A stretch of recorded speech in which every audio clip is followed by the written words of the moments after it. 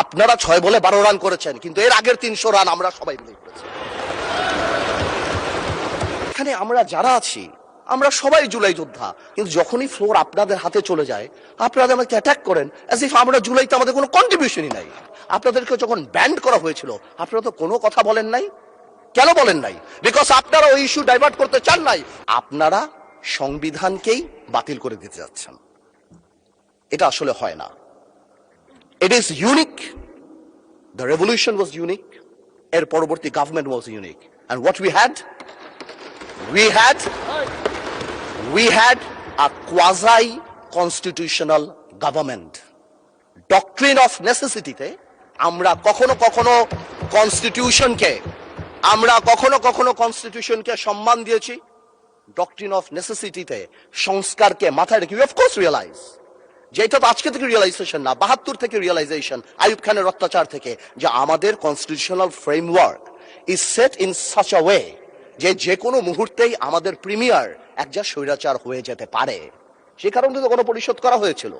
কিন্তু আজকেও সেটা আমরা দেখছি যে সেটা করতে যে দেখা গেছে রাষ্ট্রপতির ক্ষমতা কমাতে যে আমরা প্রধানমন্ত্রী বা ক্যাবিনেটের ক্ষমতা অনেকাংশে বাড়িয়ে দিয়েছি। That is the issue. আর তো কিছু ছিল না। এই কারণেও এবার আমরা আমাদের কনস্টিটিউশনাল ফ্রেমওয়ার্ক রিয়েলাইজ করেছি we need change. আমরা মনে করি, বাট আমরা আজকে এখানে আমরা পলিটিশিয়ান, আমাদের মাথায় রাখতে হবে that we must mitigate the harshness of the relevant provisions of the constitution. At the same time we must uphold the spirit of July. এই ব্যালেন্স আমাদেরকে করতে হবে। কিন্তু আপনারা তো আমাদেরকে লগর সেটে পাঠিয়ে দিচ্ছেন। আপনারা এখানে যারা বসা, আমার মাননীয় প্রধানমন্ত্রী কত বছর এক্সাইল, পাশে আমাদের মাননীয় এলজিআরডি মন্ত্রী কয়বার জেল খেটেছে, তার পাশে আমির খসরু সাহেব একসাথে জেলে ছিলাম, তার পাশে সালাউদ্দিন সাহেব কতদিন বিদেশে ছিল, এমন একটা ভাব কত বছর বিদেশে ছিল। এখানে আমরা যারা আছি আমরা সবাই জুলাই যোদ্ধা।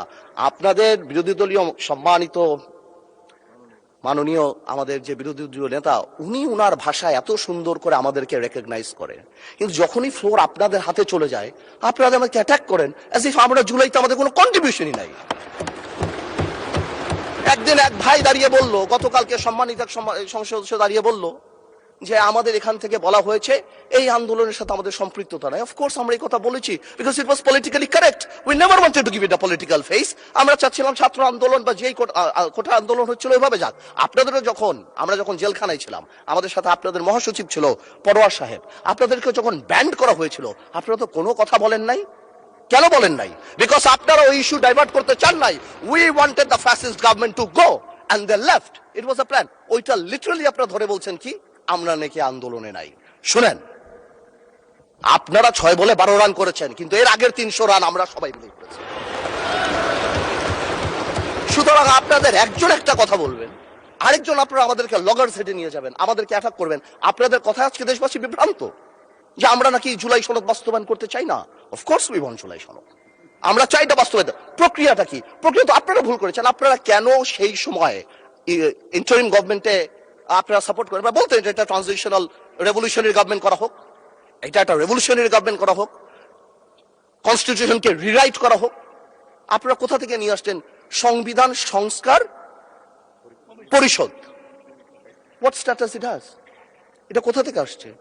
আপনারা আমাদের সচরাচর আমরা যেভাবে সংবিধান পরিবর্তন করি আমরা সেখানে থাকতে চেয়েছি, আমরা সেভাবে করব। আপনারা বসেন, আমাদের নোট অফ ডিসেন্ট আছে, let's talk, let's sit down. জনগণ যদি 70% ভোট অবশ্যই গণভোটে দিয়েছে, জনগণ কিন্তু সংবিধান পরিবর্তন করার জন্য 51% ভোট আমাদেরও দিয়েছে। তো সেটাও তো গণভোট, অফকোর্স গণভোট। এই যে আপনারা অনেকে বলেন অবৈধ, আমি অবৈধ বলতে চাই না, it's too harsh, rigorous, but এটা সত্যি। এটা cannot be traced back in the constitution.